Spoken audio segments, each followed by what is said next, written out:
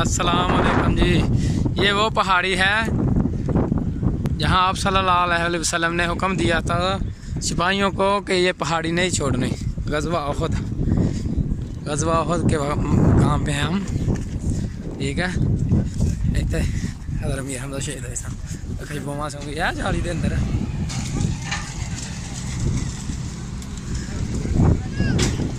इधर हज़रत अमीर हमजा जो थे शहीद हुए थे,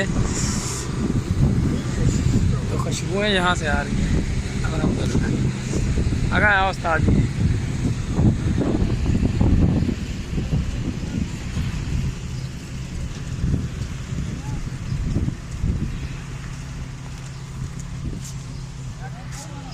आ रही है